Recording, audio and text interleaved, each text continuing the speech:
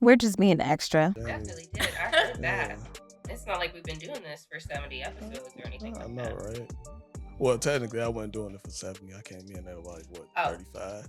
Very true. So you did. Halfway mark. Yeah, I did. You have no around the experience, 30s. and we accepted you. Know, just... I swear. I was just like, me? And look at where we are. I know, right? All thanks to Diddy. Yeah, I'm going to put Diddy in everything. That motherfucker got us a whole bunch of numbers. 250. Oh, put in I Diddy. appreciate that. Yeah. You know what? Diddy ain't that. Diddy all right. Hey, I don't know about that part. Hey. Well, who's I'm like, hold on so now. wait, who's better, him or the CEO? Which one is better? Oh, okay. Neither. I feel like the CEO. You know what? Who? Yeah, because it's to one contained situation where Diddy has a lot of victims. Okay. A lot of hurt homes, a coercion, manipulation. Okay. But would you okay be taking that type of embarrassment? Because you gotta think about people are making fun of you. If you're her wife or his wife, like you're not looking at your phone is down. Like you. So you're trying to tell me that Diddy's reputation right now is better? Yeah, because he got our numbers up. People are throwing him through the mud. I mean, I know. Just the Hassan. He was like, I'm speaking from a producer standpoint. That nigga, I'm gonna just start tagging Diddy and shit. It ain't got shit to do with. Like I said, look. I don't know what people were looking for, but they were definitely. I'm happy they found us. So I mean, if you found us today, hey, welcome to the podcast. If you're new here or if you're returning, welcome to the Just Extra podcast with Jackie and Erica. I'm Jackie. And I'm Erica. So back to the CEO, because there's been a lot of commentary on the internet about what happened at the Coldplay concert. So, everyone's just having a good old time like they be doing at concerts, and they pan to the crowd looking at everybody who's having a good old time. And it looked like somebody was having a good old time. I should have got their names. The CEO of some company and his CHRO, the HR head of that company, were caked up at Coldplay. Okay. And as soon as they realized the cameras caught them, both them hoes, okay, she was like, dipping and dodging. All right. They, at that very moment, okay, they knew it was so a wrap. the CEO's name was Andy Bryant, and the person that was caught was Kristen Cobalt. Better say the name. Okay. So, way to producer. I know, right? I have a question. Yeah. Do you think this would have been a really big deal if had they not looked so shocked and surprised? That's what did it. Yeah, that's what did it. If they just played it cool, literally, nobody would know. I don't know the Coldplay people, but like literally, didn't they say like, oh, it looks like somebody got caught? It's okay. No, for real. Like and they said it. And I heard, this is alleged, that after that, when they panned to the crowd, after that happened, they asked, are y'all together? Every time they pan to a couple, they like, are y'all together? That's are y'all together? Crazy. Are y'all in a thing? Also, I forgot, I think it was Philly, the baseball team, the two mascots, like they were doing the panning to the whole crowd. This one guy had a sign that said, "This is my wife," and then the two mascots, it was like furries, little furry mascots.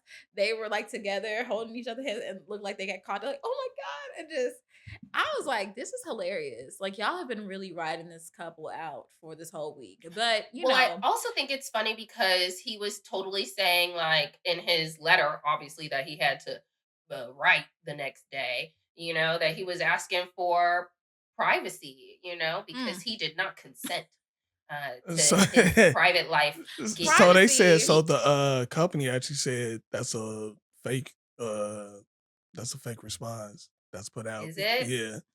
Yeah, Good, it's The company's amazing. because having how a you great talking about time. privacy and you outside at a Coldplay Yeah, concert, that you're was in the wild. big booth, you're in there hugged up, caked up, y'all having a good But I feel time. him though, like, man, like I can't even cheat in peace. Like, what? Cheating in peace. That's Cheating Yes. piece in your house. crazy. That's why you go No, outside out of the I country. can't. That's That's why the why side chicks know that they're always in the house. Side chicks know you in the house. You coming over. you in the You late house, night. You okay? a little sneaky link. You are not sneaking. You are not sneaking with your CHRO of the same company. The That's company's having a crazy. great moment, right? Some people are like, this is a publicity stunt. Okay, because didn't nobody know about this company. See, I don't even know what the company's name is. Can't even give them proper advertisement. But Whatever it is, somebody's making $1 billion. they're like, So we're where up are these now. billions coming from, y'all? Anywho, there's another side conversation. It's so funny. But somebody was like, why is this really refreshing to see two people with the same, like in the same age range in a cheating scandal? Mm, Because normally it's like the older guy, younger woman, and the woman is like so like intern age, quote unquote. mhm. So somebody's like, this is really refreshing to see two old people really like enjoy their time together. Unfortunately, under circumstances that, nobody wants to experience for themselves. But It's giving the ABC scandal, right? What was their names? Because all it was those two that co-host. hosts, and Yeah. I heard they don't they aren't they still dating? Hmm. Mm, Broke up both nasty they homes. work. But at least, There's it's a working out. there's like, well, might as That's well that's like. like the time that my first boyfriend cheated on me, and they ended up being together for a long time. Yeah, I I think you hope they was. Yeah, enjoyed that's Yeah, their I remember you crazy. part. told me that. I would. So okay, Yeah. so Mm. just a serious question. How do you feel? Like, how did you feel after that happened? Like they How did I got feel after that like happened? you seen the also like you be like, dang, they got married. Because normally a person be like, I They got hope. married. I thought you said they They were got together married. for oh, no, they were together for real I don't know, I don't follow him, but I Ah, know that, okay, like, for okay. my whole because this was, like, freshman year of college, the whole, like, next 4 years, they were definitely together, like and then I stopped checking in on them after, like, graduation, so I just knew that they were together for years. So, are they together today? I, don't quite know.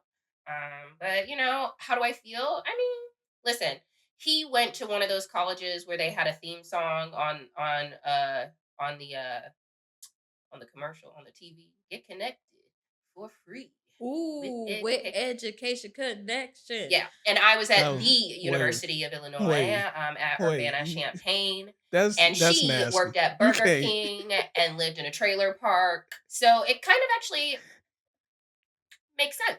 Not mad at You it. know what? That's At hate. that, when you say it That's like hate. that, that's kind of they might. That's hate. They might be on a more compatible basis. A Burger. I mean, no Hey, shade to equally anybody that yoked. works at Burger King because yeah, Equally yoked. somebody got to do it, and it's a Yeah. hard working job, Yeah, and she just you had to get walk your from money. because literally it was like the trailer parks that were right next to the Burger King. So she just had a little Mm. walk, little commute on over to work. Shout out to my equally yoked partnerships, and we just continue to hope for more. I'm As we grow. I That's hate.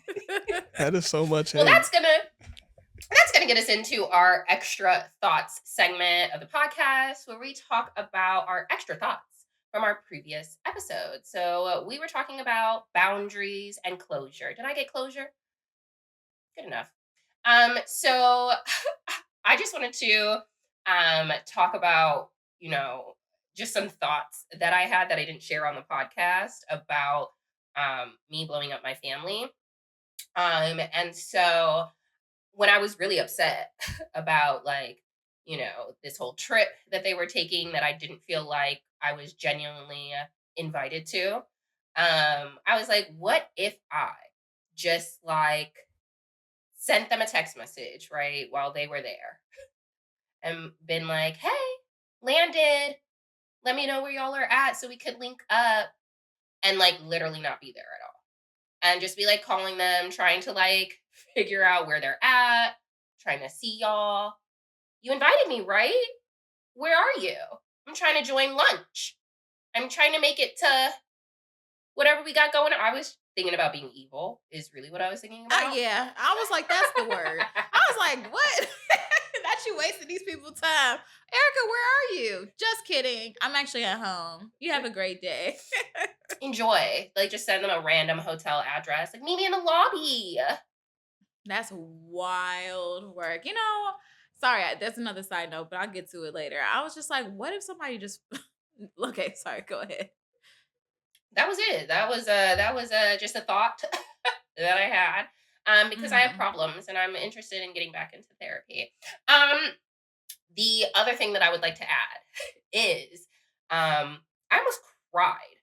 I randomly got a phone call from my father, like Monday or something, and Mhm. since he's been going through his whole like thing, a lot of me has been thinking like, hmm, how am I going to continue to learn? Like, how am I going to continue to know my family history because we're so disconnected? Like, how am I going to connect like with him and like that side of the family? Like, I don't know. We were just starting to have some of those conversations, and now whatever. And he's healing and getting better, and things are okay, and we can chat. But like those were like just like thoughts that I was having, and when he called me, he was just like, "Hey, yeah, just calling because I wanted to share with you your great aunt Sandra. She's a yapper. He didn't say yeah because he's a boomer. But he was like, she be chatting it up. So if you ever wanted to talk to somebody about like family secrets, she'd definitely be somebody who'd share with you."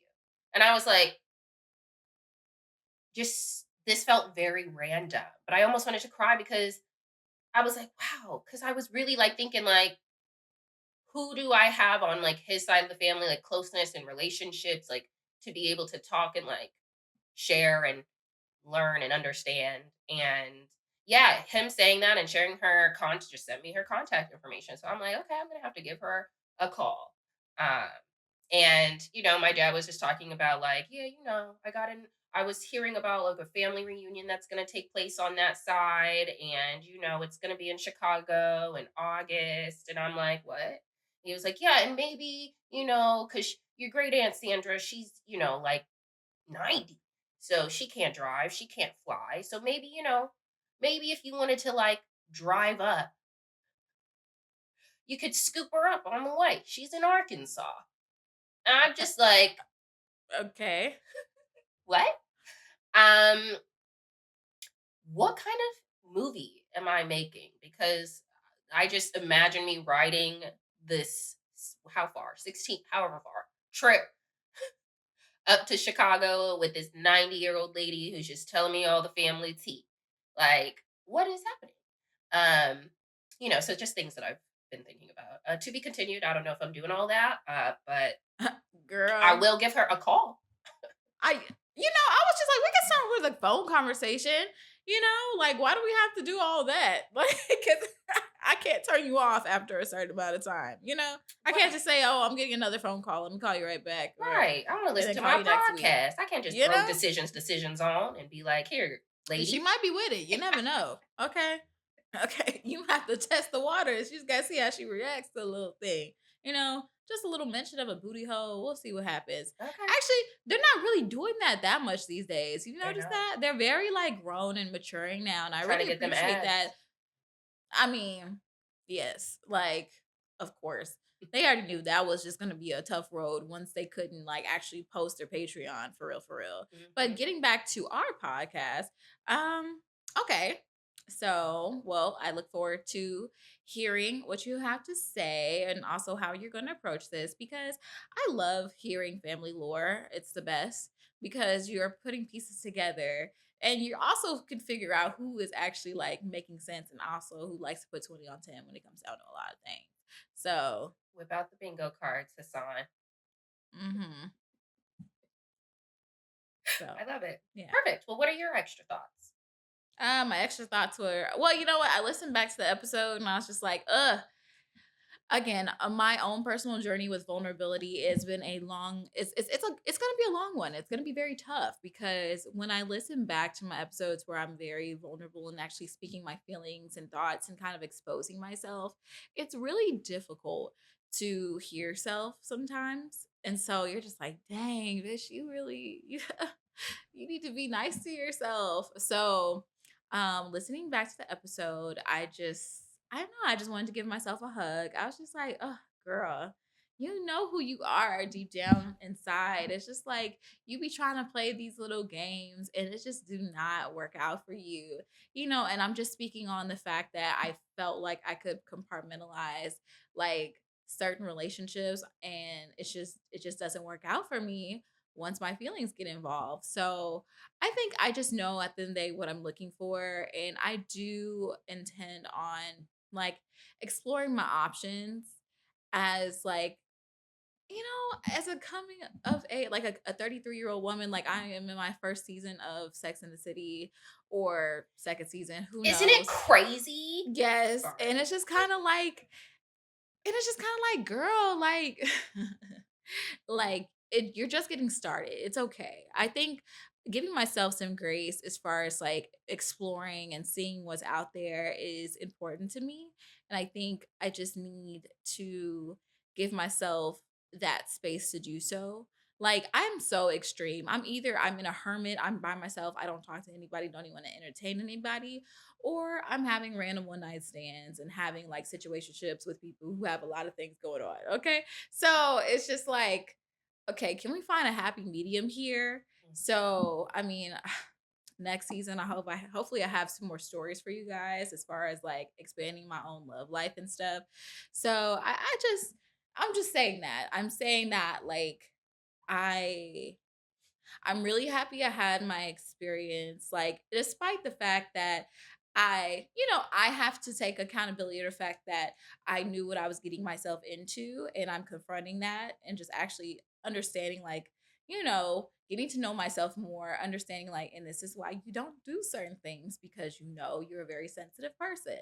And it's okay to call yourself sensitive because I used to hate that word back in the day, being sensitive, being called sensitive, but now I look at it as, yeah, I am sensitive. I think So people don't piss me sometimes off. are weaponizing that word.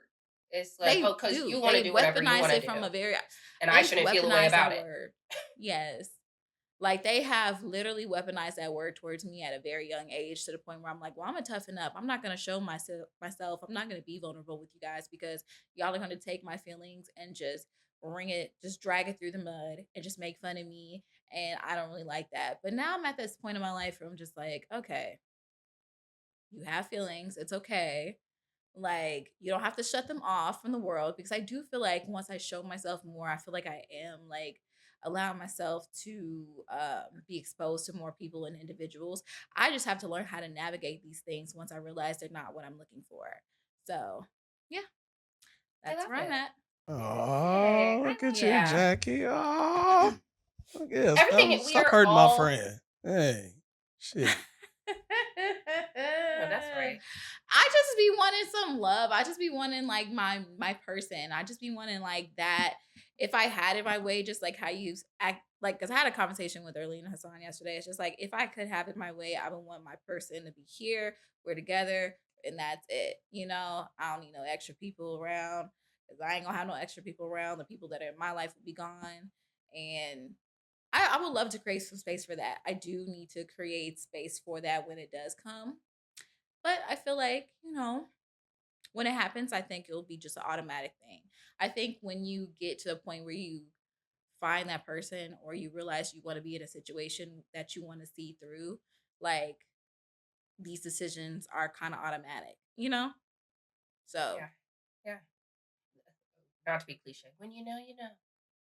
of course. I mean, they Yes. say it all the time, but it's like once you come into that reality, that's why certain phrases are cliches? Mhm. Like, Listen to your gut. mhm. Let your intuition guide you. What else we Period. got? Okay. Mhm. Mantras. All right. I love it. Well, growth is, constant. Change is I'm in a constant constant. state of change and growth every single day. Hmm. So yeah. Yeah. Okay. Great. All right. Well, that moves us into our catch up section of the podcast. And yeah, I mean, just to share, I am an award winning speaker. No, I'm just kidding, but will be one day. Okay. And it starts with small steps. Okay. I applied to speak as an expert. in HR, okay, at a conference here in Houston. I just randomly saw it on LinkedIn. They were looking for HR leaders to speak at the Association for Talent Development. They're having a conference. It's like Future Forward and whatever, whatever. So I was like, like I said, okay, I'm gonna be the face of something someday. Okay, someone's gonna recognize How me as a y'all do it? brand. What is it? This? Which finger? It's one I of don't the know what the kids do, what the yeah, youth do. something like I'm the that. youth. Look at me, youthful. Okay. Um, like you said, season one, season two. Okay, we just started off. So yeah, I applied and I was just like, "Huh, you never really know. You never really know. I would like to be seen as an expert. I would like to network. I would like to, I don't know, be that girl. Okay. And so I threw my hat in the ring, okay, to apply. And these hosts said, congratulations. You have been selected as one of three. I said, one of three. Period. How many people applied? Okay. Tell me. That does Okay. make a difference. It does hype you up when you're like, how many people? Oh yeah, I'm Because that person. I know But I you was are that girl. say it again. You are that Thank girl. you so much. You're welcome. I want her here. I'm so happy for you because this is what you do. This is what you love to do. Like talk and just really just speak Talk. on your own personal yeah, but speak on your own personal experiences Yeah. and who knows this stuff, Yeah. other than someone who's been working in this field for how long? 13 years. Okay. Had to send a Period. bio, a headshot. Okay. Um, yeah.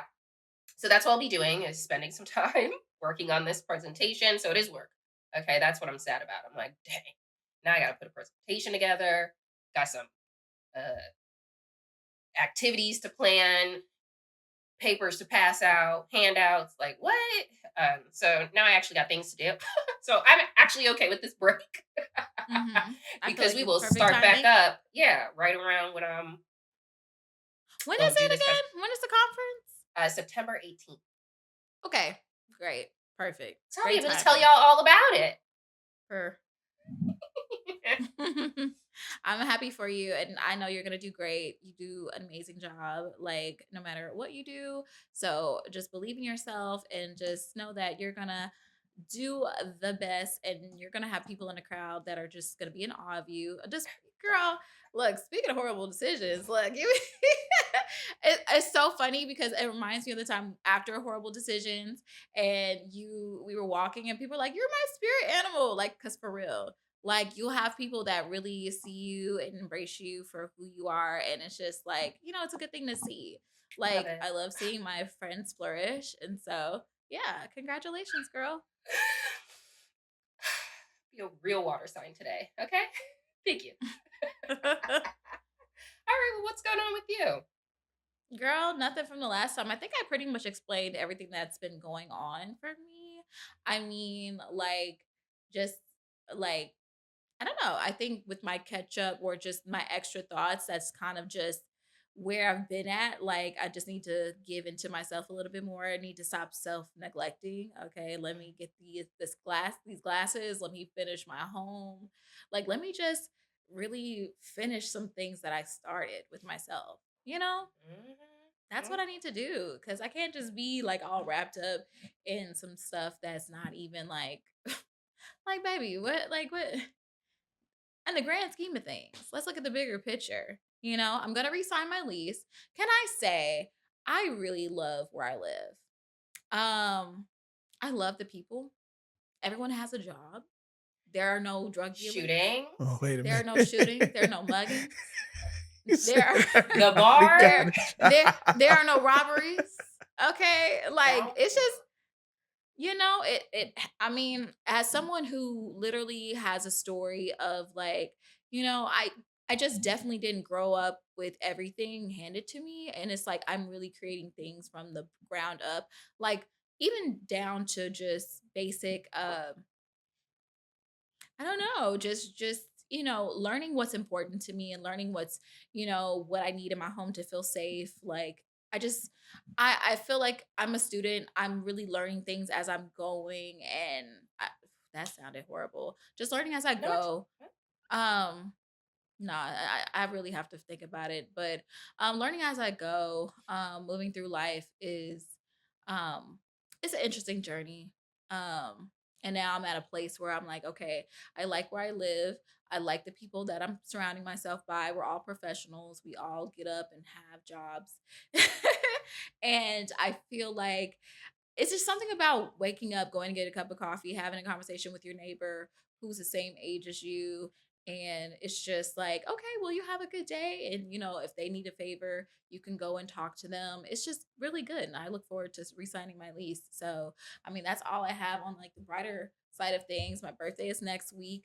I have not planned anything, ugh, but I'm I'm not tripping on it because I don't know. I just don't really put too much on my birthday because I just, I don't know. It's like that pressure to be like the entertainment or the pressure to like, I don't know. There's like this weird pressure around my birthday or just birthdays in general where it's just like, okay, I can command the room. I can command my attention from other people. But it's just, for me, it's just like, ugh. Nah, I'm I'd rather just not. I don't know. It's just, I'll just too be like, eh. It's just not my thing. Like I feel like for some people, like their birthday is the whole month, and that's like if you could plan it, I'll attend. But for me, I just be like, dang, I'll have so is it the so many planning ideas. or like what part about it? Because I'm like, it's all about you. You're like talking about The planning for and it's everybody. I'm like, the planning and the execution portion. I'll have an idea, but then it's just like, dang, I actually gotta execute it. I gotta got pull the trigger. And I'm just like, yikes. And then I'll think on it, sleep on it, and then before you know it, 2 months have gone by. So it's just okay. like, yeah, I like I think I'm just, I'm gonna think on what I'm gonna do. I know what I'm going to do though, like not maybe this week or next week, but I'm definitely going to take another solo trip. So, it's two destinations that I have in mind. So, I'm just looking at the numbers right now and that's what I want to do. I just want to sit on somebody's beach and get a massage and just be on my auntie shit for real. So, Okay. that's it. That's all All I got for now. right. Perfect. Well, we've been talking about how season 2 is coming to an end. So before it does, let's be reflective on the season. Um, I'm like, producer, what episode did we start the season on? I can't remember, but we've done X number of episodes. New season, new BS, I think was the first title of this episode. Yeah, 30, that was the new 43. title of that episode. We've done about 30 something episodes in this season. I got you. I got 28. you. Um, I say that as we're, reflecting on the numbers. Maybe we can start with like what our favorite moment or episode was, as we think about all of our topics and things like that. Um, for me, the first thing that comes to my mind is Mama's Lessons. Mhm. It was the second episode of the season, and it's with my mama. And I think I just came across like the YouTube clip of it. And it was one of our more like popular clips back at that time. And just watching her talk about all the things that she has gone through. Yeah. I'm just like, I literally just look at her and I'm like, she's so much a bundle of like joy and does not ever really like look like what she been through. You know what I'm saying? Like she does not carry herself in this world like with that weight because she could. She's been through a lot. She was talking about the physical abuse, the financial abuse, and the verbal abuse that she has been through. Emotional, I'm sure, was wrapped up in all of that ish. Mhm. And so, it was just a really like interesting episode. I had spent a lot of, time with my mom at this point and was going to continue to spend, a lot of the end of last year when we started the season with my mom. And so it was just really interesting to dig into her life story and recent experiences. So yeah, I definitely will put that back to the top. Yeah, the second It was season started at episode 42. okay. Somebody do the math. I had a great time. I don't know. I can't do the math right now. That episode 27. in itself, I felt very, I don't know, it was just really interesting to hear her story. I was so into it. I don't know if you listen back to it. I was like, what really? Like, we got to talk about this. It's just, your mom has always been a very interesting person to me. I see myself in her a lot. So that's why I'm just like, oh, girl, you know, tell me more. What's happening? Um, and her desire to explore the world and the things that they have to offer, and the fact that she's loved by many, is just, it's good to see, but it's also sad to hear the fact that this woman doesn't deserve the treatment that she's been through. But the thing is, she's picked herself up from every experience. And I just, I hope she's doing well. I haven't asked about her recently, so I hope to have her back. Honestly, we could do a part two because it was a very short episode, but She'll be I here thoroughly in enjoyed it. And August. the fact that, this is also a side note. It's very interesting to see that, topics of abuse are kind of viral. Like, you notice that? Like, people be really going up for that shit. It had a lot on TikTok. It was a lot of comments about, their own personal experience. And it was interesting. And I remember you shared the clip and I was like, hold on, let me cut it up a little bit and then we could share it. And it's just like, okay, yeah. Like, mm, Yeah. Which also took us into like the um Am I Like My Parents mm-hmm. episode, which Oh, honey. was also a very impactful episode for me as well. So, reflecting on the ways that, like, oh, hold on, am I navigating life like the same way? Is generational trauma like a real thing? Like, do we repeat patterns of behaviors from those that came before us? Like, and how do we really break those cycles? Right. So that was a really interesting episode as well. So yeah, I think those two definitely come to my mind. I forget which episode, but my mom called me and she's like, "Oh, I didn't know that you felt that way about your experience with me, or you felt that way about, your experience, my experience dating, or me being with your dad, and her current situation." Yeah, I feel like this platform allowed me to really just express myself, and it's very interesting to know who's listening. It is like And a I feel like diary to me in some regards. Like, I do think yeah. about this and being like, "Oh, wow, it'd be so interesting to just, like, look back at, like, where I was, what I was going through, how I was feeling, and, like, see your growth," you know? Mhm. Because we have grown throughout this Mhm. podcast. You were even talking about it, like, literally started the season getting let go, had no job, was out here helping my mama literally heal herself, had no man, was in the depths of anxiety, had its grips. And by the time we have come out of the season, we have flipped it, literally. We're an expert, okay, speaker extraordinaire, speaking that up, okay? Hello, amen. Period. Uh, gainfully employed, a man won't he do it, okay? You better say it. We going to church this Sunday. Hashamanamanamanamanamanamanamanam. Yeah, okay? So, literally, all in a season. Okay, the leaf will turn. Let the rain fall down. Okay, how are you feeling? Oh, I've talked about it at the beginning of the episode. Like, I'm just happy that, like, I really came from straight homelessness. And now I'm in a space where I'm really happy to be in, and I want to cater back to that space, you know?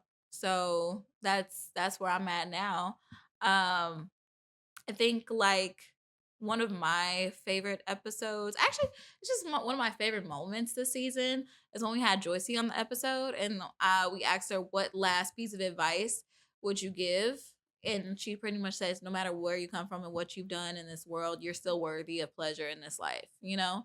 And I feel like that was like that confirmation I needed to hear, to know that like, because I'm not all the way healed, I'm not all the way together, but that doesn't mean like I don't deserve to have moments of fun, moments of pleasure, moments of, giving into myself.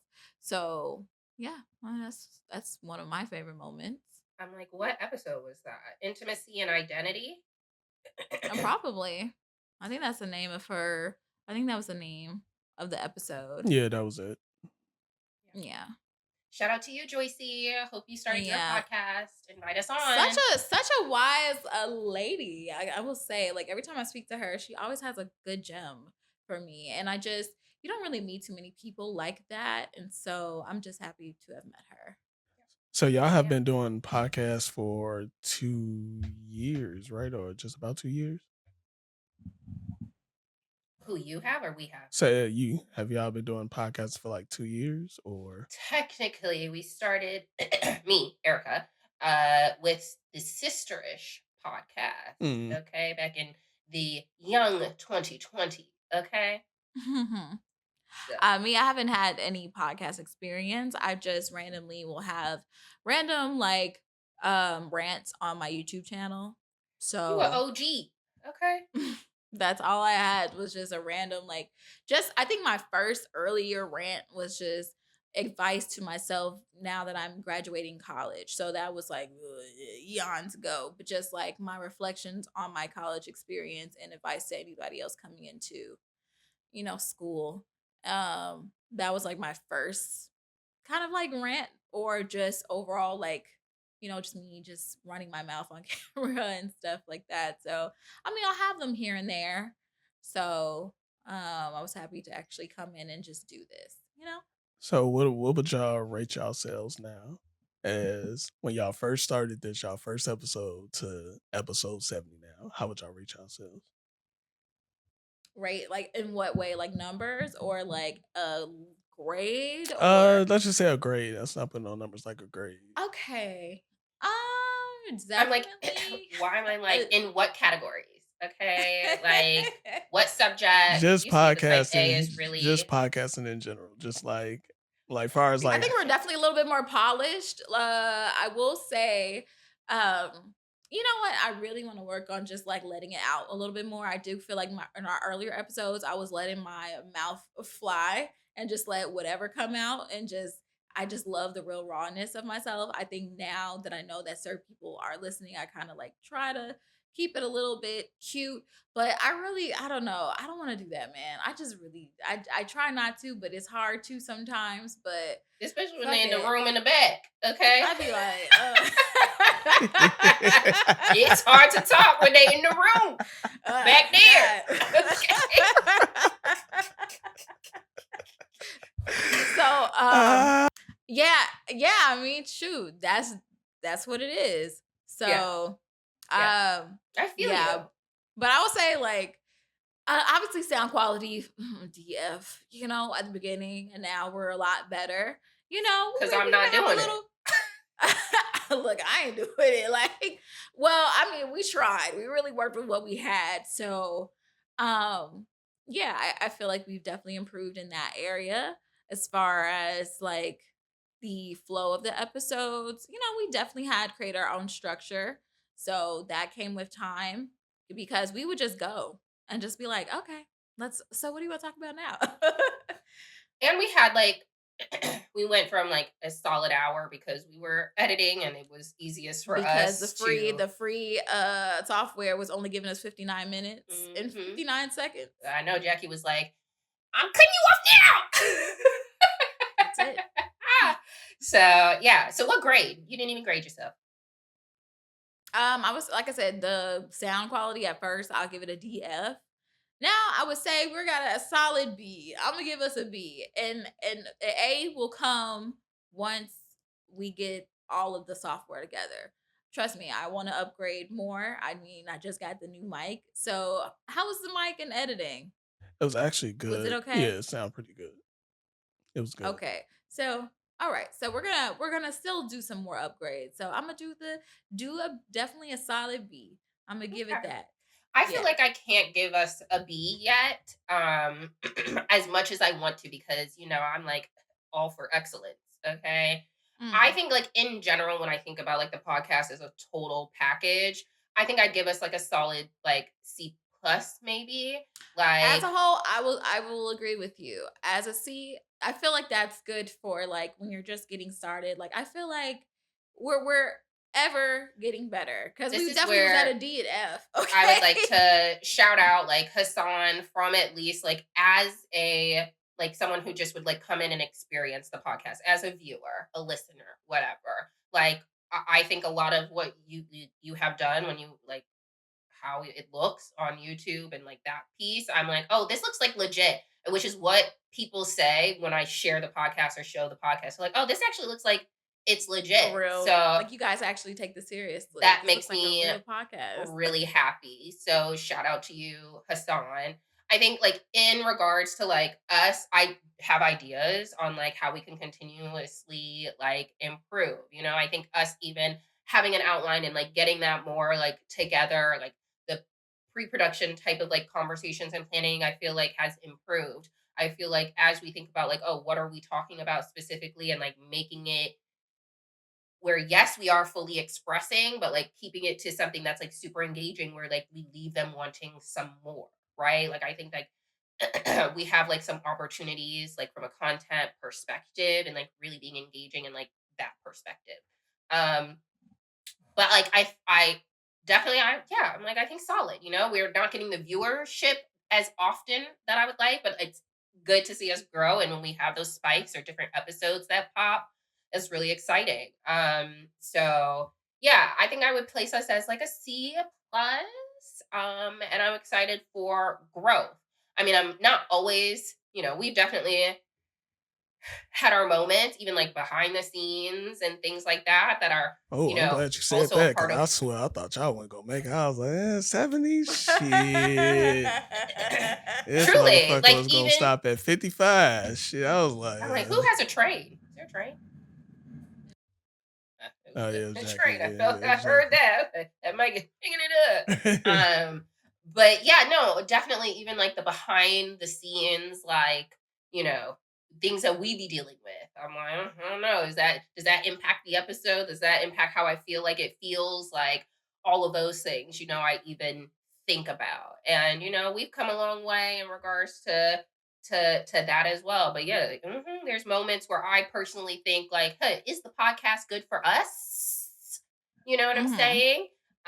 Or how do we make it good for us? You know what I'm saying? So more things that I definitely want to talk about in our business meeting because I'm thinking like I think we need a moment beyond us on the mics. You know what I'm saying? Like that needs to be consistent and regular. One for us, and two, because our content that pops, at least on social media, is us. Okay. Not always the clips. So from that perspective, like that needs to happen. Anyway, so not to get too much into No, like I agree. what the viewers don't I super care about. But like for us, that's how I feel. So it's just funny how the certain pieces of content that actually do the the the best.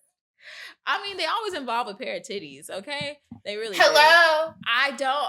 It's just so wild, but it Anyway, just involves a pair of titties. I would say, with this podcast, like, it's challenged me. This year has been challenging, for me as a whole, because you're coming from like basic work from home employment, me being a federal worker, doing what I wanted to do, and hey, I'm showing up. We're doing our thing. I mean, I was in nursing school, so that does take a toll on me too. Well, it did take a toll on me, but to go from that to like working 12-hour days and just figuring out like how does my schedule work with this. There were times where I was just like, man, if I wasn't doing this or I didn't have this expectation of me, like what would I do with this time? But I realized it's not that much time that's being taken. It's like I have to make the time, and then, you know, just my expectations of, showing up and being on time and being a team player is important. Like, at the end of the day, nobody will really know what I go through unless they are me. And so, but that's still not an excuse to be like to not be present. It's the opportunity that I need to take to be transparent, need to be open, and then also I need to advocate for myself. I talked about that a lot this season as well. Like, just listening back to everything that I've gone through this particular season, it's just like Jackie's been going through a real big um I've just been going through a learning curve. Like, I've just been going through like this forever transitional stage, and it's still happening and it still hurts. I mean, it is like listening to you, Erica, going from like one extreme to the other is amazing to hear. But I know for me, I'm still going through these like growing pains, and I understand like I'm the one that's causing these delays because of my own personal issues and my own you know the roadblocks that I'm creating for myself, because I know I'm not trying to I want to grow, but there's part of me that just won't let go of what I used to be and the patterns that I am so accustomed to. So, it's showing up, being on time. We still have to work on that. I've gotten better, but that's one of the things I had to like confront. I feel like that caused a rift in our friendship, and also with this podcast that I had to like really work on and really decide like if I want to do this, this is what I will have to do. Like, you have to get up, you have to do the things that even with work. I was having a hard time showing up on time with work, so I was just like, okay, like, what do we have to do? Like, I have to just be a bigger person. I can't do what I want to do these days. But I think it's for the best because it's pushing me, I don't know, to be a better person and just to be continued. I keep saying that, but Lord Jesus, it's tough. Well, It's been very tough. we all have, again, things that we are trying to work on, which I think is like really this episode. I'm like, go ahead, call me out. We are talking about, if you're okay with the main topic, control issues this episode, which is again something for me like to really think about. Like, again, my word of the year is surrender. And so how are we loosening control and really being in flow, really trying to embrace things, whatever. Anyway, intro our topic. Oh, okay. No worries. Okay, y'all. So our last subject of our season 2 is control issues. I talked about it before in our previous episodes. Like, hey, we need to have an episode where we're talking about control issues. And let's intro this. What are control issues? Control issues refer to a psychological pattern where a person feels an excessive need to influence or dictate outcomes, people, or environments. This often stems from fear, anxiety, trauma, or a need for safety and predictability. So, there are certain things. It's rooted in fear. It's linked to past experiences like childhood trauma, neglect, or chaotic environments. It's not always obvious. It can be passive aggressive. It can be seen through perfectionism and people pleasing, which I really can't wait to talk about later on in this episode. It's common in relationships. So you could be in a situation where you feel the need to control um, how the relationship flows and how you should feel and how that other person should feel.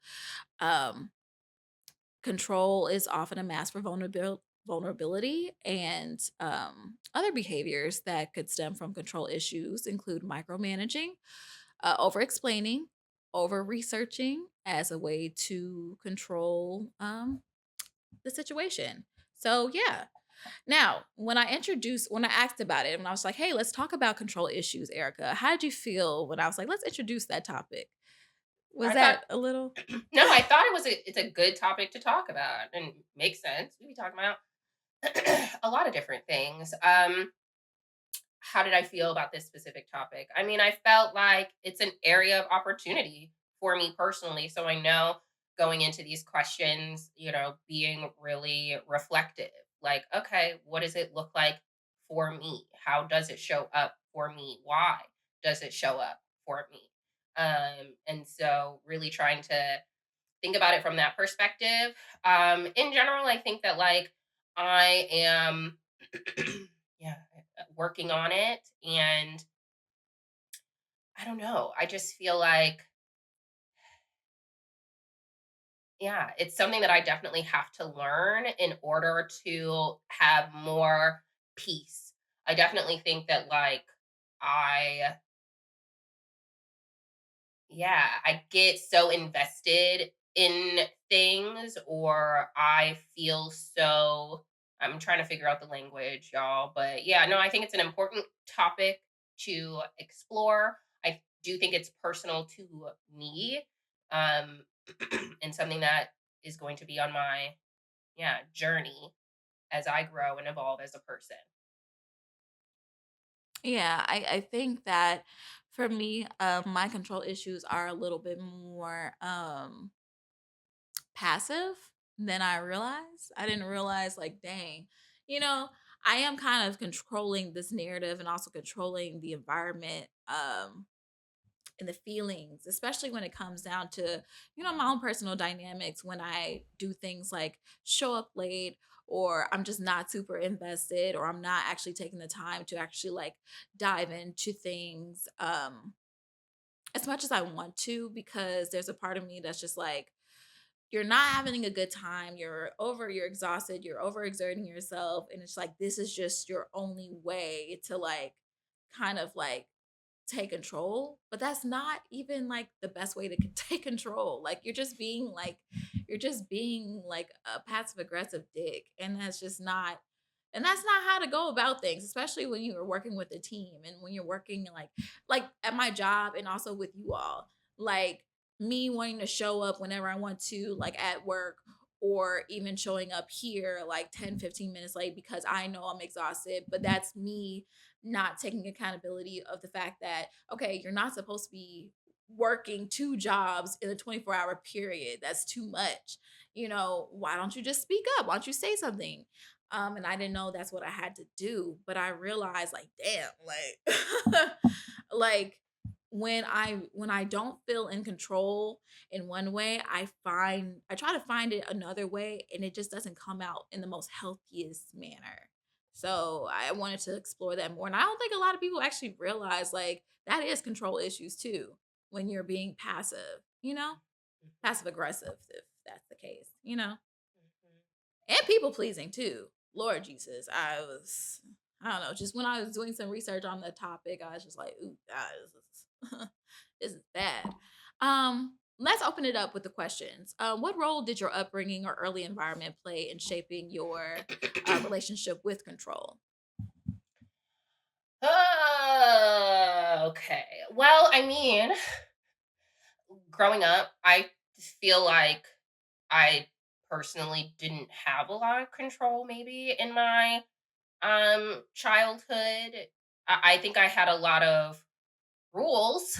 I think I had a rigid kind of household environment, don't bring water upstairs, no TV before homework. You have chores, that you are expected to do. No allowance. All right. Oh, no allowance. I No. didn't have one either. So Yeah. sorry. I just. See, some people are like, what? Um, yeah, I didn't often have opportunities to go to a lot of like sleepovers or hangouts with friends. Like that wasn't really like, yeah, go ahead. Yeah, go. Well, it was very like, no, which I can understand. We've talked about it in like previous episodes of like bad things can happen. And, some parents are shielding you from different things. So yeah, I grew up, where I started working at 16 and had a lot of extracurriculars and structure. So, routine, timeliness, is very familiar to me. Being organized kind of came as a result of that. I think what maybe felt out of control for me, because I don't mind all of those things. Like not all of them, but like some of them, I'm like, yeah, yeah, yeah, whatever, right? Like that's not really the issue. I think I felt out of control in regards to like having the autonomy to decide like who is a part of my life, right? Or like who is around me. And I know that like we all don't pick our family, right? Like literally nobody did. Mhm. But I feel like out of control, I think, with like at a young age having my mom removed from me, right? Like I didn't understand that like when I'm 4, 5, like all of that kind of situations like that happening, or like when my stepmom came into the picture, 7, 8, like uh, I didn't have control over that, you know. My mom moving out of state, right? Like she wasn't even around even after for a little bit, right? Um, Going to an all white school. I didn't pick that age. Mhm. I think like that in combination or like in conjunction with like all the rules at home and rules at school, like just not really feeling in control. You know, being like around people who like emotionally neglected me, or even like trigger warning, like sexually assaulted, you know? I think that like there are experiences, you know, that I were beyond my control. And so I think as an adult, having control and a say so um, has become like really, really important to me. So, like, when I reflect on my childhood, that's what I think about in regards to maybe like my relationship with control. So, yeah, that's me. How about you? I think for me, I think just like you, just as kids, you just don't have control of the environment that you are brought in. So I can control the fact that I had to take care of all of these siblings and cousins when parents had to go work.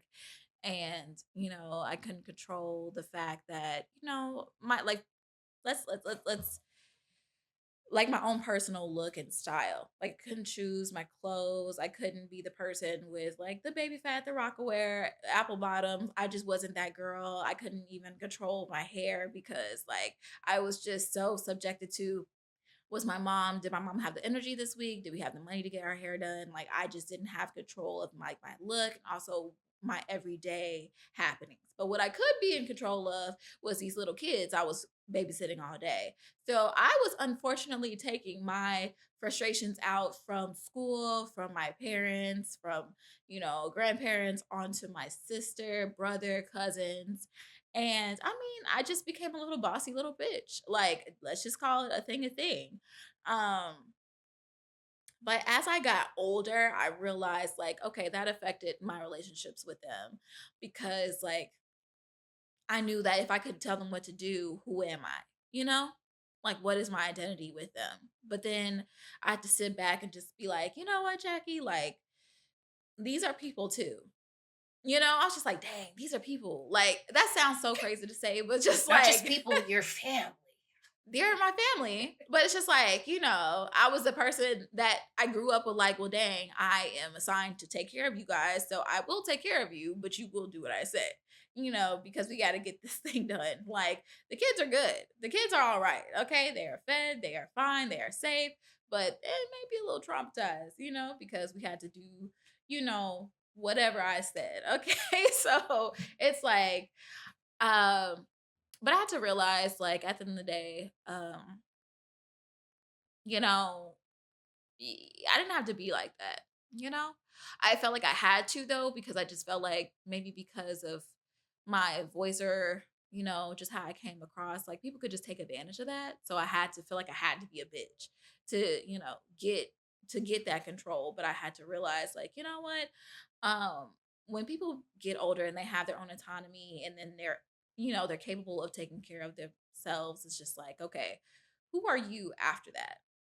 And so I had to learn to be a kinder person.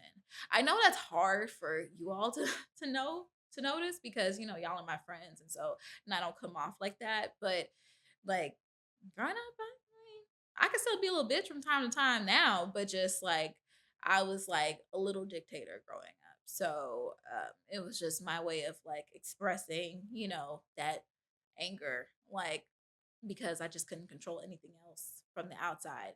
But now I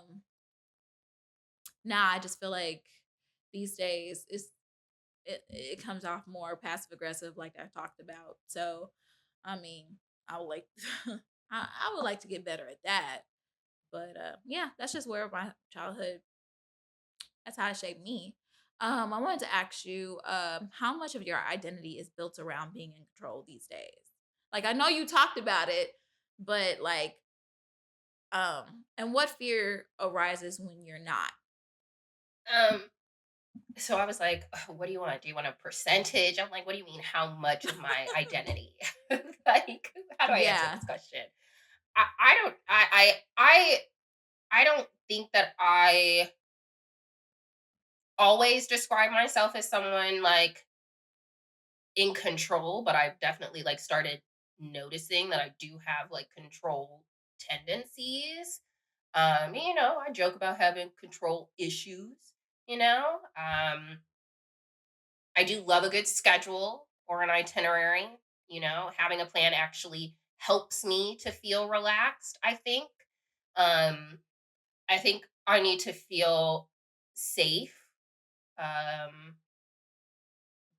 and feel like I don't know, I have to trust others before I can really like let go of control, and especially in situations that are like super important to me. I think the biggest area where control kind of shows up is around how I am perceived. um, Hmm. I think when someone misreads or like misunderstands me, it triggers something in me. I think that's like a core wound that I have, is not being seen, when I think about like everything that I shared. Um, so yes, I do think that like part of my identity is built around managing how I'm experienced by others, um, and really just protecting myself from like feeling invisible. Hmm. Um, so yeah, I don't, yeah, I I didn't give you a percent. But I think that You like, did not?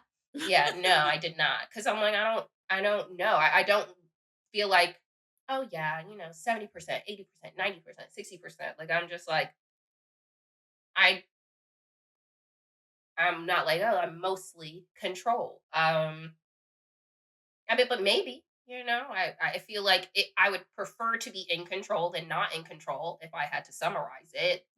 So, but I don't think that my identity is about needed like being in control. Like I actually like when I have opportunities to not control a situation, because it means that I'm in a safe environment. It means that I'm safe. It means other people can make a decision and I feel really good about the decision that they're going to make. I feel confident and aligned and seen in the decision that they're going to make.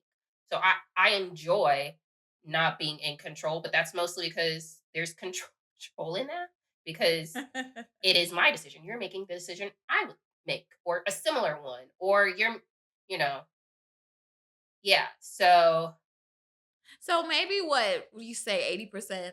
I need a you're like, number. I need a number. I don't think that my identity.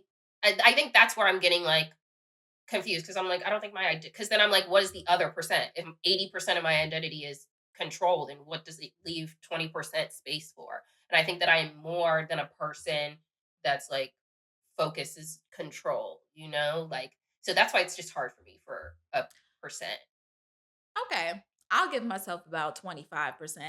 It's probably less than that because I mean, the way I live my life, and I feel like, I obviously need to up the percentage. Because I live to be flexible. I love to be spontaneous, like just letting things go and flow and just seeing what the day picks up, or I wonder how I'm feeling. Like, let's just let the day go. But then I realized the things that I set out for myself, they haven't been done. The day I thought I was gonna have, more than likely it's not gonna be a day that I did have. Um, Unfortunately, I'm allowing like certain relationships, or just how when I go through like relationship issues, um, whether it's platonic, friendship, familial. Like, I'm just allowing sometimes, like, what other people do dictate what happens. And it's just kind of like, dang, I wish it wasn't, I wish I wasn't like this. So I feel like 75% of myself, I just allow the outer world, you know, external environment control what happens. And then the other 25%, I'm just kind of like, well, I get to decide what I ate today. I decide what I wore today. I know what I'm wearing today. Like black. Like it's just so That's so interesting. it's just yeah, it's just Yeah, no, love a it's plan. kind of I weird. know what I need to hopefully Mhm. accomplish that day. Like even like this weekend being planned. I'm like, great. Okay, I knew it was Friday. I know what we're doing today. I know what I'm doing tomorrow. That makes me feel really good. It to me that gives me something to look forward to because it's all set out and scheduled. I'm like, yes, that's what I'm going to do. And then I'm going to cross that off or then I give myself the time to really be present because I can because I did those things. I can feel good about, you know, some things. Yeah. Oh, yeah. Yeah. Mm-mm. Mhm. I am not where the day takes me type of gal. Okay. Unless Yeah. that is what I planned for the day. Like today is a day He's like, I where planned it. I no, controlled that this is the day that we're no, gonna do it. legitimate. Today Mhm. is the day that we are wandering, you know? Yeah. Okay, I kind of want to jump around a little bit. Where does your need for control show up the most? Relationships, work, or your body or your schedule? I know you, I'm pretty much know I can already answer it for you. You say your schedule. So like I really I don't know. It's so weird. It's like when people have a different perspective as far as life, even when it comes down to planning and scheduling, it's just so strange to me. It's such a foreign concept. And I'm just like, what? But then when I do have days and I plan it out and it actually works out the way it's supposed to, I'm like, wow, that was great.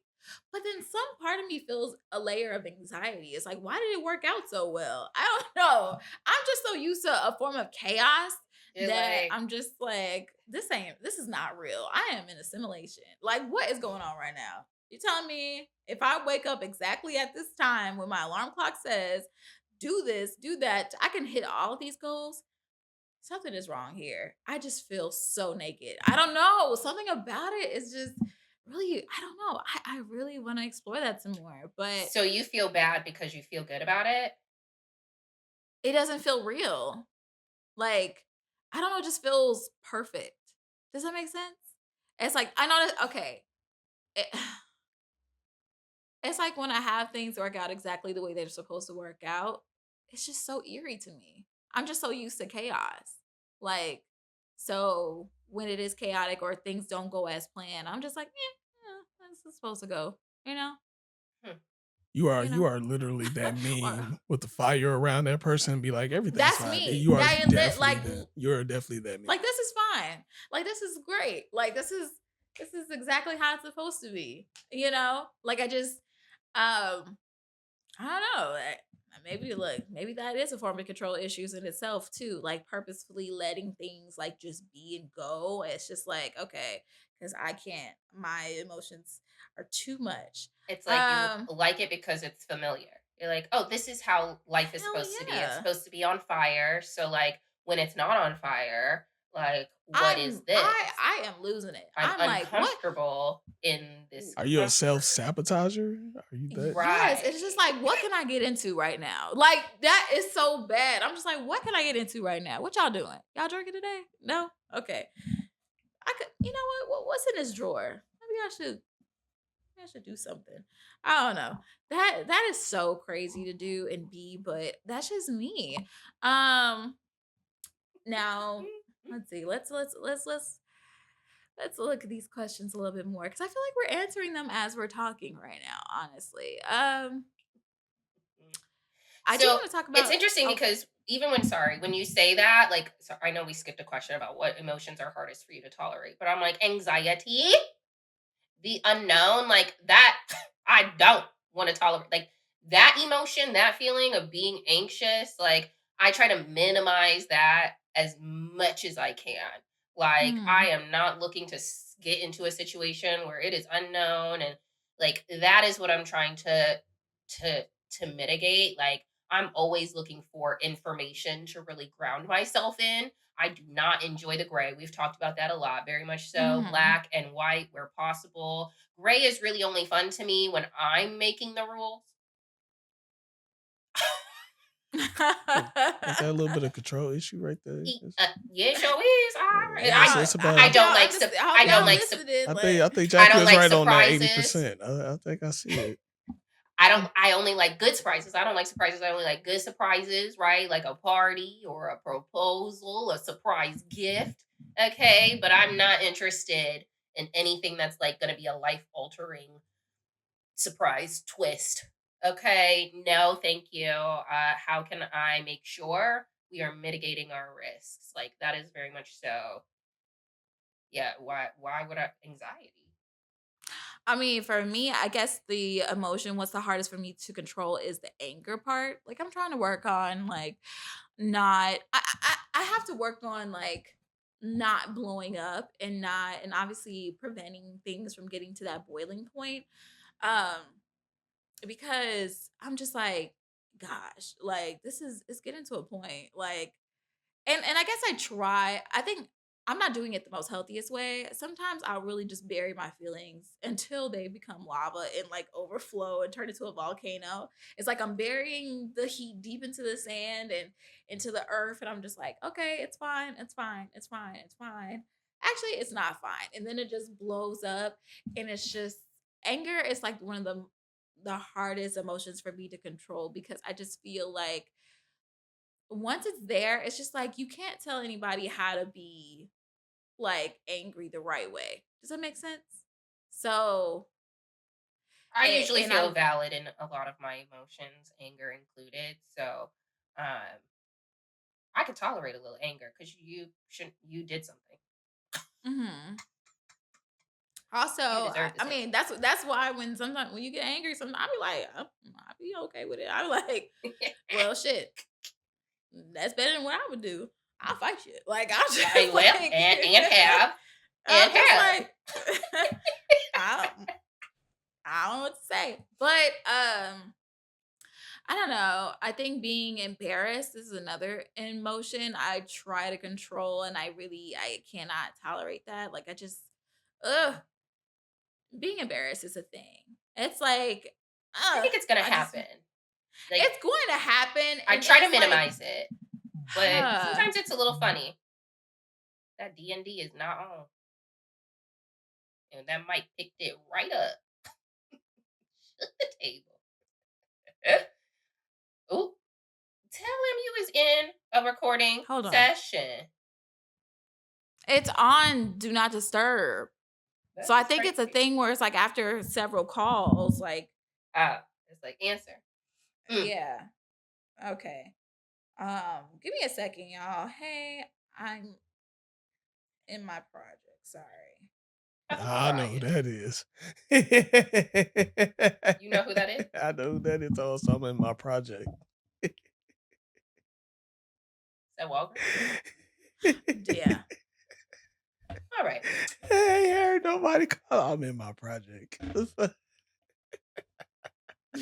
Cause I'm like, yikes. In Can my- I I done told you now. What's today? Oh yeah.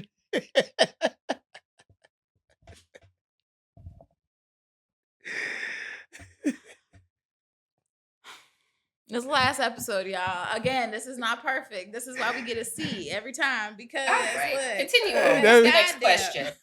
What's the next Speaking of question? which, Shannon Sharp got off. You see all that shit? He got- Fuck that nigga. Okay. That's because he had the money. You know, she was waiting for she just wanted you to pay. That's it. She just wanted the money. She didn't want to embarrass you. She didn't want to put herself out there like that. She just wanted some cash. And now she had to put herself out there messing up her home business. Now she got to get paid. Okay? That's sorry. Where we at? yeah. All right. Where? Okay.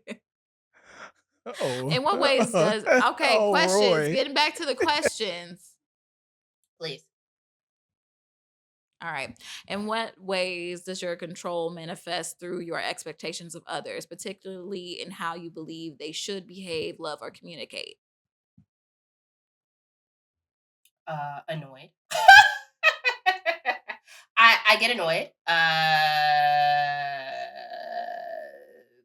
I Yeah, I'm like, how is it manifesting? It's manifesting in my feelings, right? I feel annoyed. I feel Mhm. frustrated.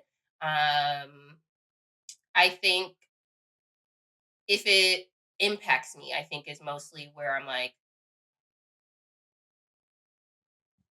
I don't know how I don't know. I get annoyed when I feel like it impacts me, especially if it's going to like disrupt a plan or something like that. I or if it like is looking just like a little inconsiderate, I think that's when I'm like, you should do something else because you're impacting me and now I want to control what you should have done, or like now I want to impact like or express to you like you should communicate differently or like show up for me differently. Like that's when I'm trying to control other people when I feel like it's impacting me, you know? I think communication is thoughtful, and so communicating your setbacks, um or any like changes, from a schedule perspective, because that's when I'm trying to like probably control a lot. um I think, we can prepare for things. Like if I have time, if you communicate it, I can adapt if we, are communicating early and often, you know? Um, when it's like behaviors, when they're behaving in ways that maybe I don't agree with,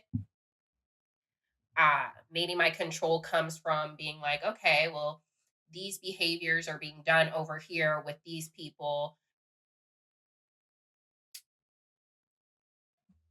where then I'm also thinking like, I don't know. I look at people as if they are reflections of me. You and I have had a lot of like conversations on like, you know, being in a alignment with people or being similar to people, or like we are different, people.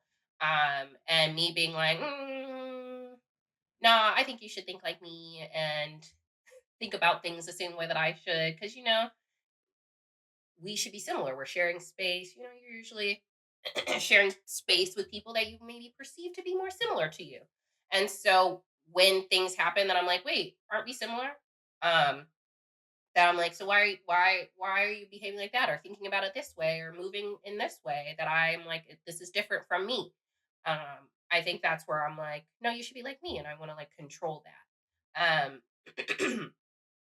uh so, you know, I don't know. I think when I'm thinking, I don't know. I'm trying to let people do them. Like okay, you're gonna move that way, then I can just adjust, right, or whatever. Like you keep doing you, but I will move differently, right? And so that's maybe how I should think about it instead of being like, let me control what you're doing. If it's not killing me, I'll let you continue to do it, but you might see me differently, or I have to think about things differently in order for my peace, you know? Because otherwise, yeah, I will feel irritated. And so I'm like, all right, well, either, and then also, I mean, I know we've had very transparent conversations where you're like, I appreciate that you're like engaged and bought in, and I'm not just like listening to stories with like popcorn and being like, and interesting, great story. I'd read the book, you know? Um, but I'm also kind of like, maybe I should.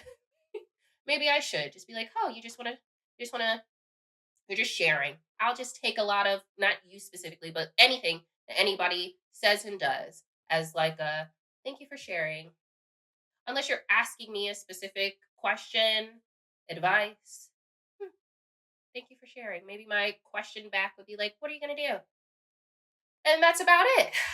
Cuz otherwise, you know, I would probably control or make a suggestion and then get irritated when suggestions aren't like taken. So I'm just like, I'll just I mean, that's kind of how you have to be. That's the best way to, Because I mean, I know I've been in situations where people have told me what they've gone through in life or what they're currently going through. And I was like, I just wouldn't put myself here. I feel like you should do it like this. Or I just think that this is just a poor decision. And it's just like, okay, sometimes in that moment, that person doesn't want to hear that. Like, for instance, when we talked about anxiety and stuff like that, or and when you say you're having a moment of like I'm anxious right now, or I can't be here, and I'm telling you, well, I don't see the issue. You said in that moment that's not the time for that. I just need you to like be here with me. So I think that's a little bit of you kind of taking your own advice of like what you would like to receive in life, and how you're going to take that and push that into your relationships with people in the future. So that's good to hear, because it does suck to like give your advice out and you're just like, so you're not gonna just, why'd you ask me for it? Like, but then most of the times people really just don't ask. They just kind of like, Yeah. let me just talk real fast. I just need somebody to talk to.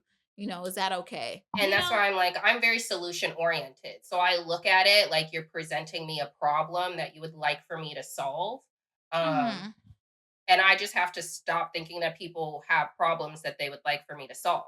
Like sometimes people are Hmm. just sharing. And yeah, I think when I'm feeling anxiety, you can't give me a job, you can't give me a solution. So like, yeah, that is the feeling that I'm feeling. All you can do is like, yeah, feel it. You will get a job, Hmm. but feel that feeling, Yeah. And yeah, I guess I'm just like, yeah, I do have to be like an observer in people's lives. And I think even from like my own like, yeah, anything, and yeah, I think I just need to be an observer. Be like, all right, cool. Yeah, I feel like it takes a lot of stress off of you too, because you take that responsibility off of yourself.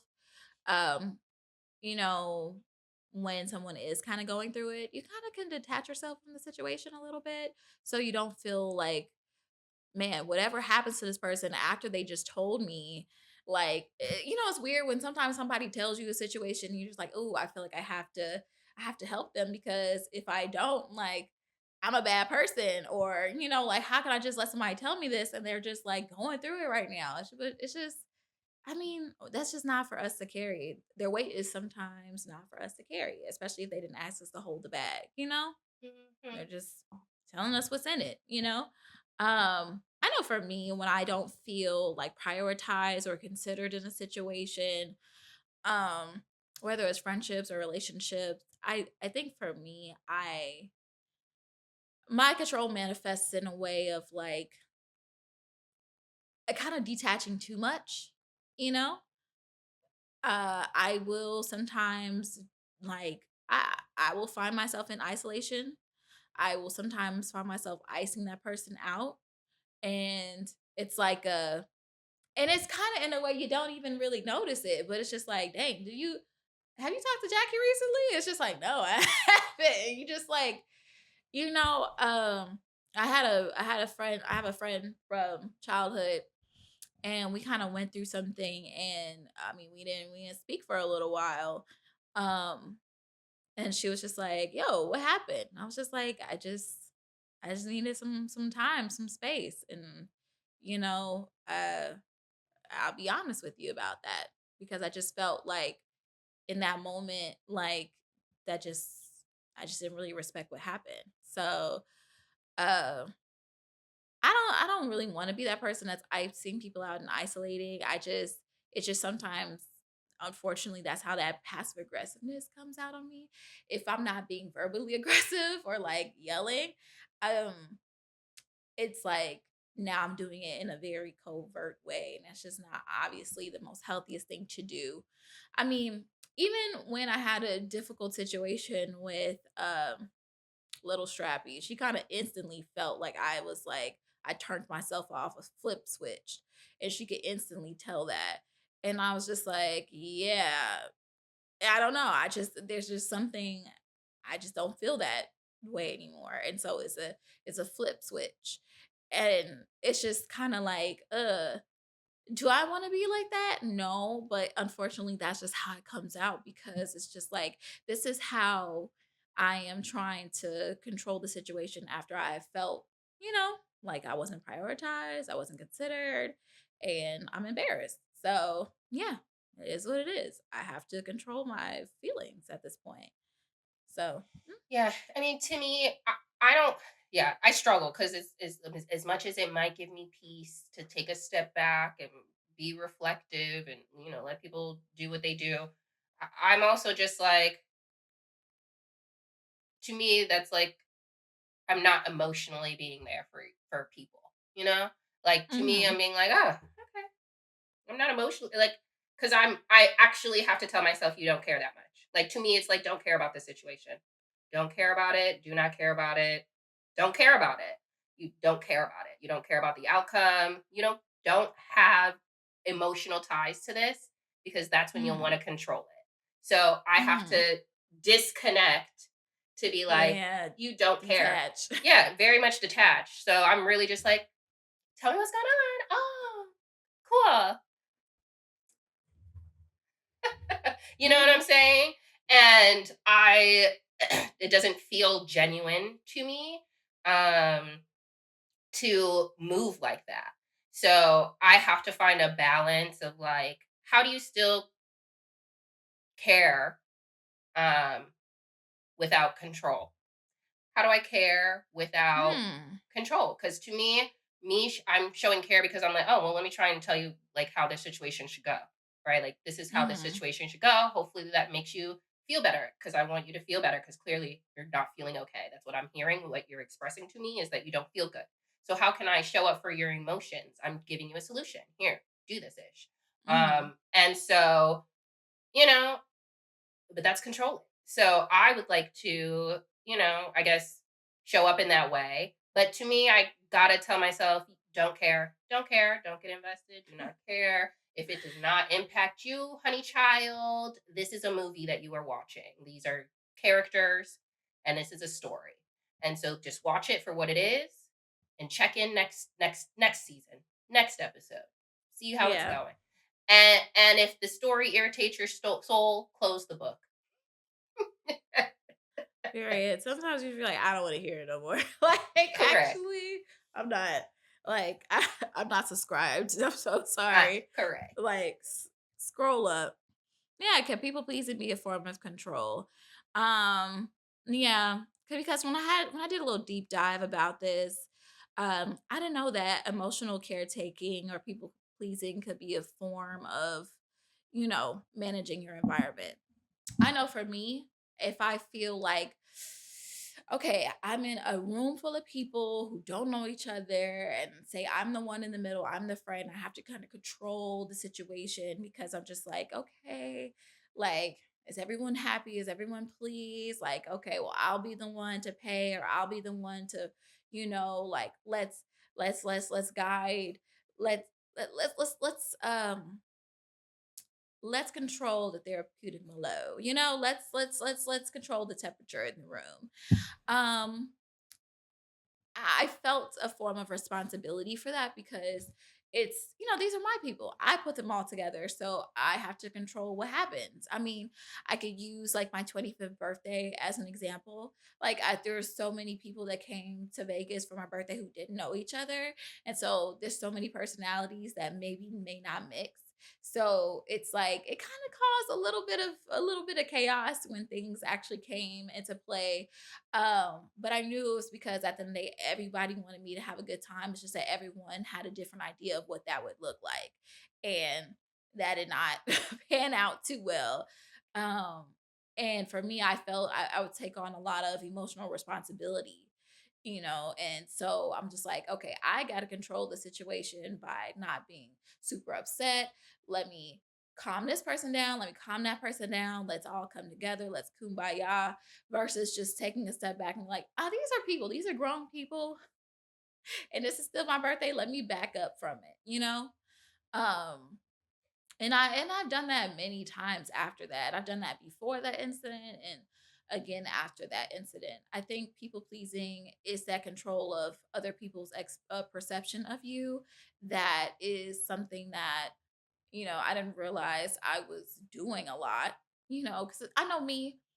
um I would find myself overextending myself a lot. Like, oh, let me just make sure let me make sure I buy this, let me bring that, let me not show up empty handed, because like I'm coming into a space. I don't want anybody thinking I'm a freeloader. I don't want anybody to think that I'm just here to like take advantage of people. So let me make sure I do these acts so I can control, what happens at the end of the day.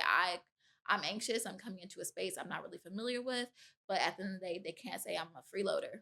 You know? Mhm. No, 1,000%.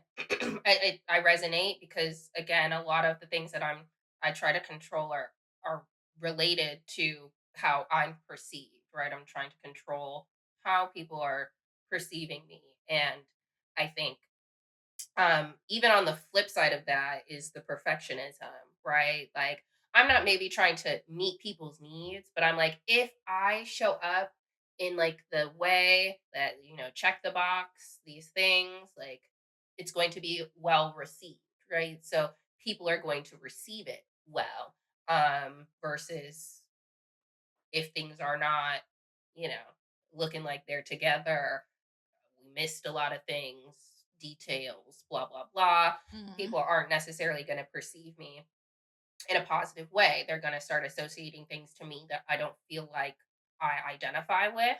And so I think I do identify with a lot of those type A qualifications or um, together schedules, things like I like that. That seems very responsible, accountable, like solid.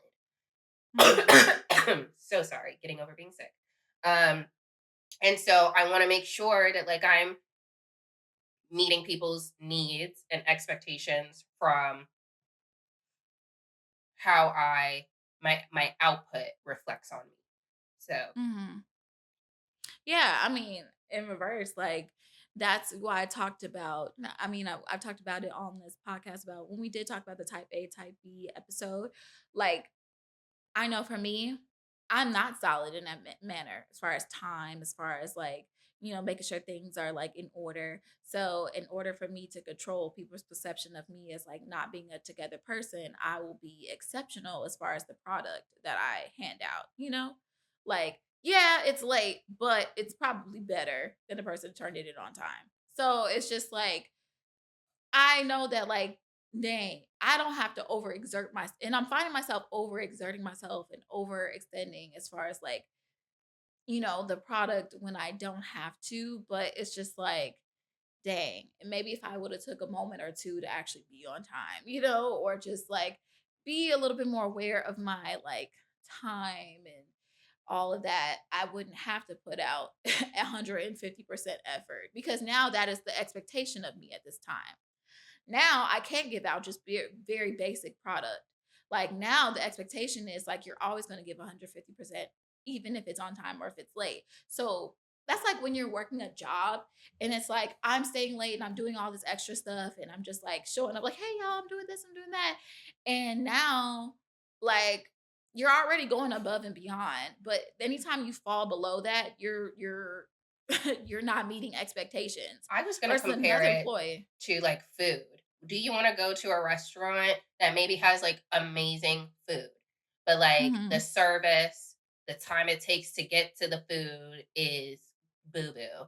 Like Mhm. the food is good, but why wait 90 minutes?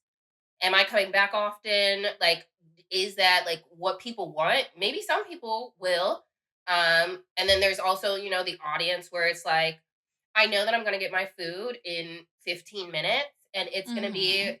The same, decent. it's gonna be It's gonna consistent. be fine. I will come back. I know what to expect. It's whatever. It comes on time and it's all right. Or are you going to be like, I will come to this place knowing that I'm gonna be starving because it's gonna take forever to get out here, but it's gonna be the best thing.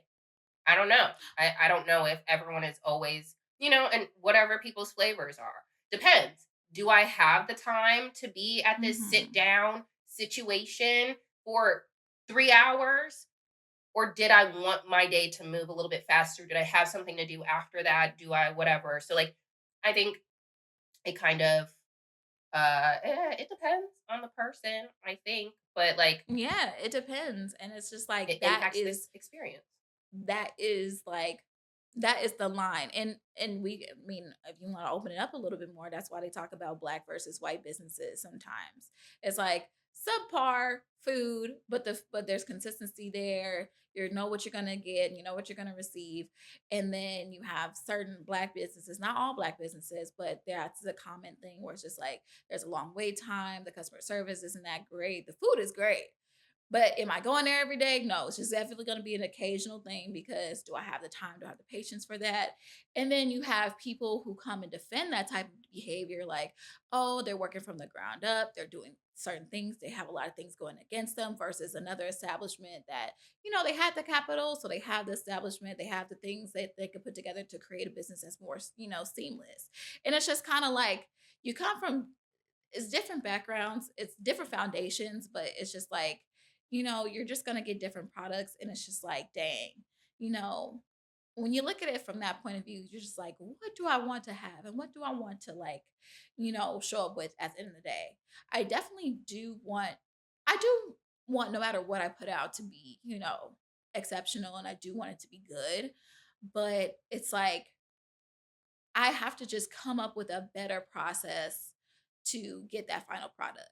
And that's personal. That's a personal work I have to do for myself. And that's just the journey I've been taking like this year. And, it's going to be a lifelong journey, but it's just one of the things that I know, hey, we got some work ahead of us. Um I know we talked about boundaries and closure our last episode. So, are boundaries a threat to someone with control issues? What are your thoughts on that? Um I don't necessarily think so. I think it depends on what the boundary is. But I don't necessarily think that a boundary um is a threat to someone with control issues. I think a boundary it can be a threat to somebody who, you know, wants to, I guess, have control over a person. I guess, but like I don't think I don't know. I guess I don't know what to say because I'm like I think it's more like manipulation if you want to disrespect a boundary of someone just to have like control over them. Like I think boundaries are healthy and I think boundaries are good. Like I don't have an issue like even in the regards of this podcast, you set a boundary of like, hey, after I'm done working, we're not recording that next day. Blah blah blah blah. I like to have control over my schedule, but I wouldn't be like no. And I'm like no, that makes sense. So we just have to be. We gotta plan for those kinds of. We gotta, like so. I don't. I don't necessarily think someone with control issues cannot respect boundaries. I think there are good and bad people who have control Mm, issues. Are you with a bad person that has control issues? And then, yes, I think that they are most likely not going to, respect your boundaries as often because they're just not a good person. But I could be a controlling person and respect boundaries. I actually appreciate other people wanting to be in control as well because to me that probably is more like, oh, now we can actually talk about it. What are your things that you want to be in control over? What are my things that I want to be in control over? Are they in alignment? What does that look like? Blah, blah. I don't think that that could work. But yeah, what are your thoughts on this? nah, I think the opposite. I think people with control issues do have an issue with boundaries because, like, it's a threat to their own, like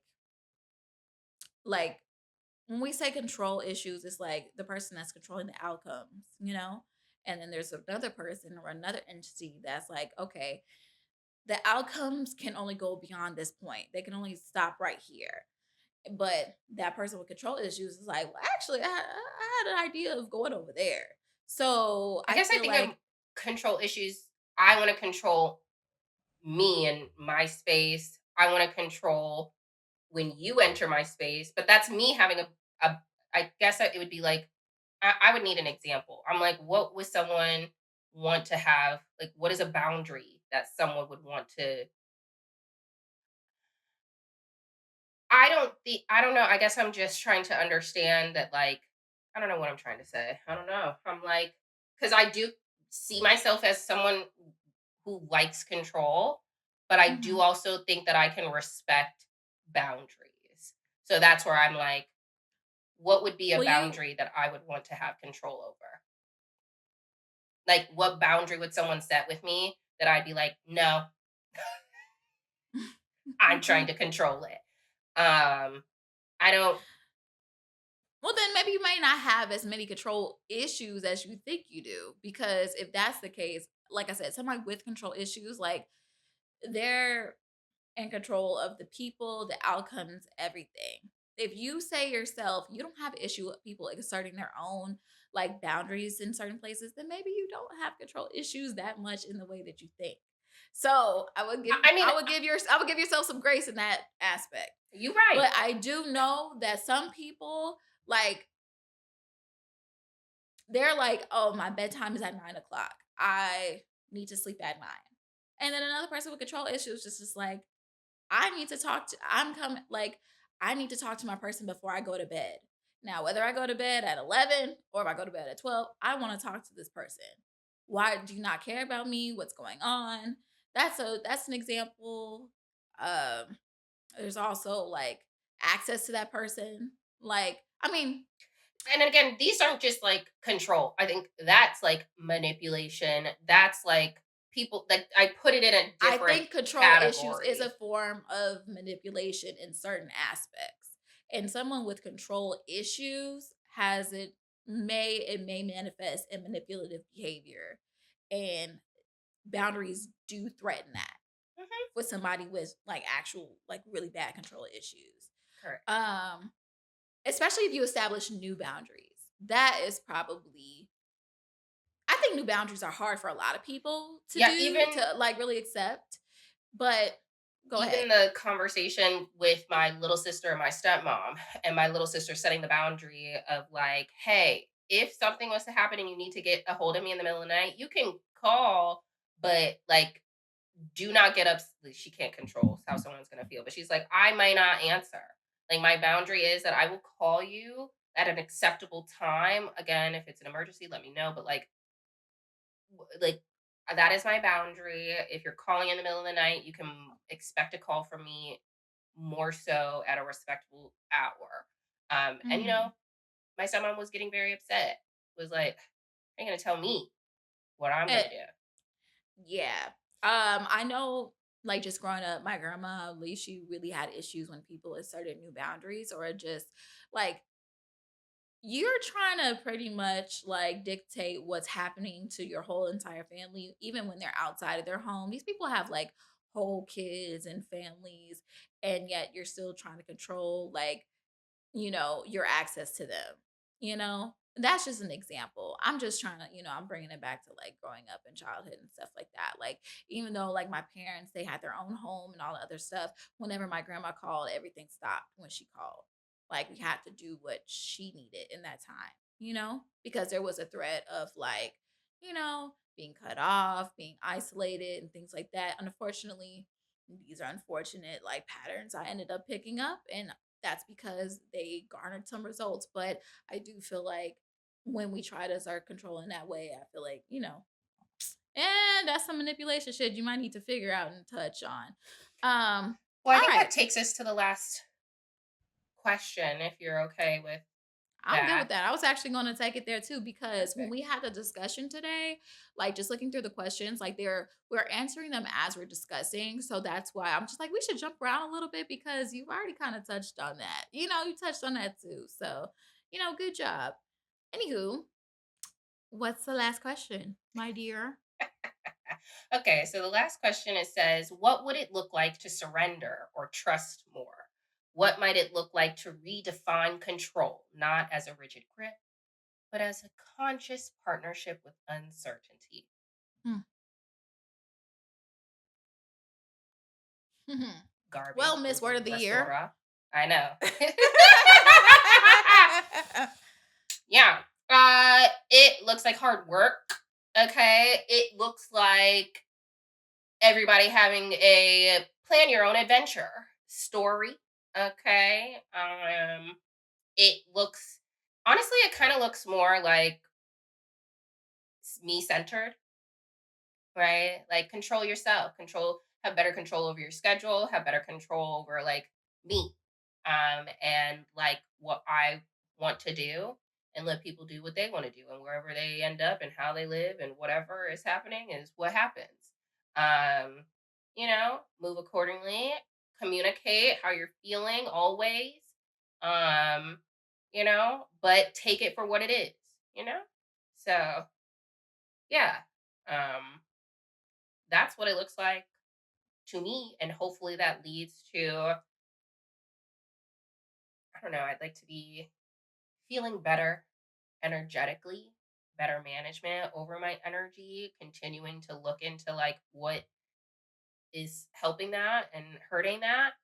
Um, and yeah, yeah, that's what it looks like for me. Yeah. So what I'm getting for you is just creating healthy detachment, not unhealthy detachment, because we can go to the far extreme of like, I have nothing to do with this. I gotta go. Bye. Don't even ask me. Blah, blah, blah, blah. Black and But just white, like, co. yeah. Okay. And so just healthy detachment is just understanding where you start and stop, Like where you begin and end and where that person starts and stops as well, you know? And just understanding everybody, like you said, everyone has their own journey they go through and it's just like, yeah, we could provide our advice and we can be hurt. It's okay to be hurt when it's not being taken, especially once you give it and that person asks. Now, if you don't ask, you just give it. It's just like one of those things where you have to detach from the outcome after the words leave your mouth. You have to detach what happens because hey, that person, I gave them, some advice. That's their choice Yeah, to what I decide to feel. take it or not. So at this point, that's the movie to watch at that point. Once the once you've done what you need to do, it's a movie at that point. Um, that's how I've had to go through it. Cause I really used to be really upset. Like I'm watching like friends like make decisions, and you're just like, girl, you did not have to be in this position in life. If you would have just listened to me, okay. Take that motherfucking pill, bitch. Let me stop. What? Let me shut up. Oh my god! Wait a minute. Take it now. Now look at us. All right, but uh, Well, don't take the and pill and end the hey, yeah, podcast. yeah, yeah, yeah. Okay, No, we good, we good. I just, stick it's around. just one of those Get things us where it's just implant kind of on your cervix. Okay, look, and probably not look, maybe not that one too. It's just like y'all gotta you've got a understand. baby. It's just There, extra. there are other pills out here. Okay, I'm just letting you know. Okay, Well, now we're here. Okay, but not putting too much out there, but I think for me it's just like I need to control my outcomes for the better for myself. Like I said, I am at a 25% because I just feel like okay, things are probably predestined for me and whatever happens happens, and so I just let things like go where they go, and it's just it was meant for it to be like that, but in reality no. I can control my outcomes for the better, and that that comes with better communication, being more vulnerable, being more for real with my feelings and my emotions so people can understand where I'm coming from and not just like trying to figure it out for themselves. um and just have better outcomes. Like I feel like it'll my outcomes will just be a lot better once I do that. So it's gonna take some practice. It sucks, but I mean, I want there to be better outcomes for me now. On my daily day-to-day basis, my relationships, my employment, and this podcast because this year I learned, just about the importance of consistency and the importance of like meeting the expectations of others, especially when they take their time to do this shit just like you. I'm just me speaking to myself. Jackie speaking to herself. But that's it. Yeah, y'all. So that is gonna be our finale. How y'all feel? Woo! How are See, you I still feeling don't know how to. about this? I No. don't know how to do cheers. I was Yeah, like, wrap it up. Sorry. all right. How I you feel feel? I feel good. I feel good. I'm yeah, I was back and forth. I was like, are we gonna do this? Are we gonna show up for season 3? Stay tuned. uh but we'll see y'all. We'll see It's hard. It's hard. Hey, y'all, just keeping it real. It got to a point. It was just like, man, I'm not doing what I'm supposed to do. I'm not feeling good in the space. Maybe I should just bow out. Like, I feel like I gave it a good shot, you know?